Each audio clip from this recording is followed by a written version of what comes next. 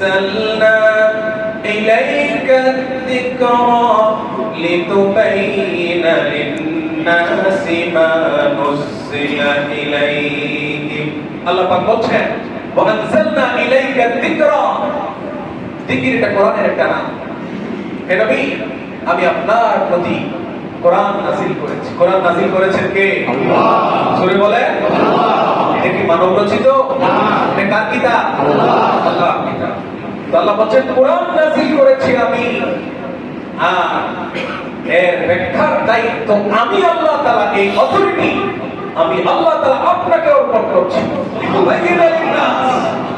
সুতরাং কোরআনের ব্যাখ্যা মন গড়া করলে চলবে না। আল্লাহর নবীকে আল্লাহ তাআলা অথরিটি দিয়েছেন। আল্লাহর নবীর অনুসারী যারা কিয়ামত পর্যন্ত, তারা নবীর মাধ্যমে সেই ক্ষমতা প্রাপ্ত, তারা মানুষকে কোরআন বোঝাবে। আল্লাহ রাব্বুল আলামিন বলেন কোরআন আমি নাযিল করলাম লাআল্লাহুম ইয়াতাফাক্কারুন, কোরআন নিয়ে তোমরা যেন চিন্তা গবেষণা করো। কোরআন নিয়ে চিন্তা গবেষণা চলছে, শুধু মুসলমানদের মধ্যে নয়, অমুসলিমদের মধ্যেও কোরআন নিয়ে গবেষণা আছে না নাই? কি বলেন আছে না নাই?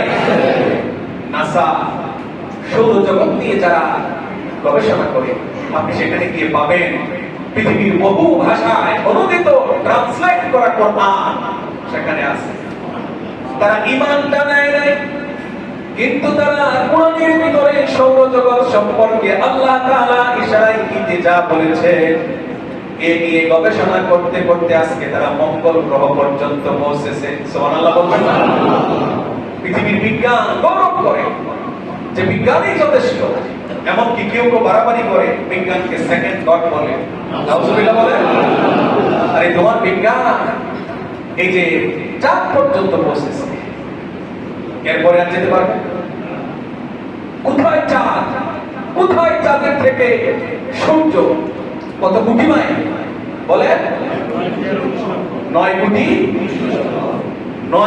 30 লক্ষ মাইল দূরে সেই যে সূর্য, সেই সূর্য পর্যন্ত পৌঁছতে পারবে। এরপরে রয়েছে আরো কত গ্যালাক্সি, তারপরে কোথায় সে কত প্রকাশ। বিজ্ঞানীরা গৌরব করবে কিয়ামত পর্যন্ত তারা সূর্য পর্যন্ত পৌঁছতে পারবে না। আর আমার আল্লাহ তার নবীকে জমিন থেকে, মাটি থেকে আল্লাহ তাআলা মেহমান বানিয়ে 7 আসমান পাড়ি দিয়ে আরশে আজিমের মেহমান বানিয়ে দিলেন।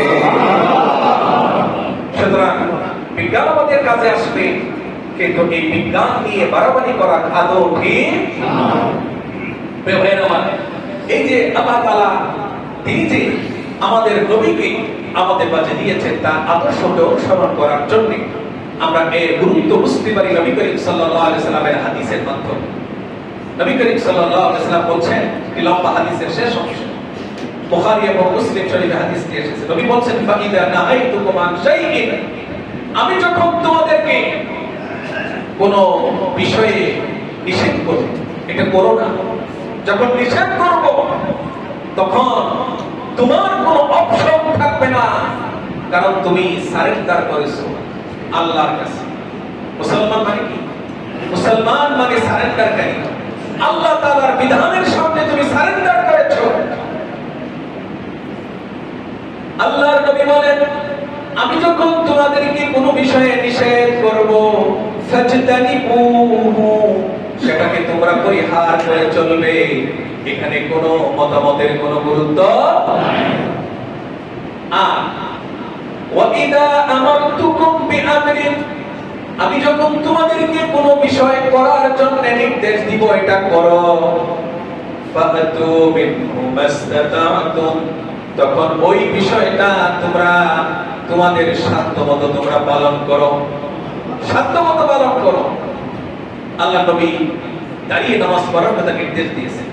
দাঁড়িয়ে নামাজ পড়তে কেউ যদি না পারে কিভাবে পড়বে? বসে। বসে যদি না পারে কিভাবে পড়বে? শুয়ে পড়বে। আল্লাহ তাআলা কোন বান্দার উপরে তার সাধ্যের বাইরে কোনো কিছু চাপিয়ে দেয় না।